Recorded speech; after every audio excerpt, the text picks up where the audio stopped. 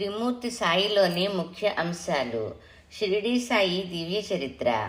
బాబా సమాధి అయిన మర్నాడు అక్టోబర్ 16వ తేదీన బాబా పండరీపురంలో దాసుగణుకు స్వప్నంలో కనిపించి మసీదు కూలిపోయింది. అందరూ నన్ను చికాకుపరిచారు. ఆ స్థలం విడిచిపోతున్నాను, నీకు తెలియచెయ్యాలని వచ్చాను. నువ్వు వెంటనే షిరిడీ వెళ్ళి తగినన్ని మల్లెపూలతో నా సమాధి అలంకరించు అని చెప్పి మాయమయ్యారు. అదే రోజు బాబా సమాధి చెందారని దాసుగణుకు వర్తమానం కూడా వచ్చింది. దాసుగణు భక్తులందరితో షిరిడీ వెళ్ళి రోజంతా భజనలు కీర్తనలు చేసి తానే పూలు గుచ్చి పెద్ద హారాన్ని బాబా సమాధికి అర్పించాడు. ఆనాడు బాబా పేరు మీదుగా అందరికీ సంతర్పణ జరిగింది.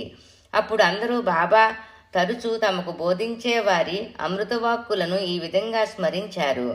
ఎవరైతే నన్ను ఎక్కువగా ప్రేమిస్తారో వారు నన్ను సదా తమ హృదయాల్లో దర్శిస్తారు. నన్ను తప్ప జగత్తంతా వారికి శూన్యం.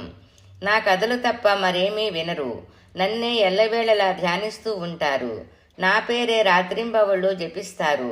ఎవరైతే నాకు శరణాగతి చెందుతారో వారికి మోక్షాన్ని ప్రదానం చేసి నా రుణం తీర్చుకుంటాను. ఎవరైతే నన్నే చింతిస్తూ నా గురించే భక్తితో శ్రద్ధ సహనాలతో ఉంటారో, ఎవరికి పెట్టక తాను తినరో అటువంటి భక్తులపై నేను సదా ఆధారపడి ఉంటాను. వారిని సర్వవిధాలా రక్షిస్తాను.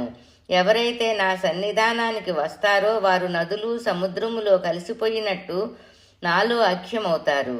కనుక గర్వ అహంకారాలు మచ్చుకు కూడా లేకుండా నన్ను మీ హృదయాల్లో నింపుకొని సర్వకాల సర్వావస్థల్లో ధ్యానించండి. మీకు సదా మేలు కలుగుతుంది. ఓం తస్సత్. షిరిడీ సాయి దివ్య చరిత్ర సంపూర్ణం.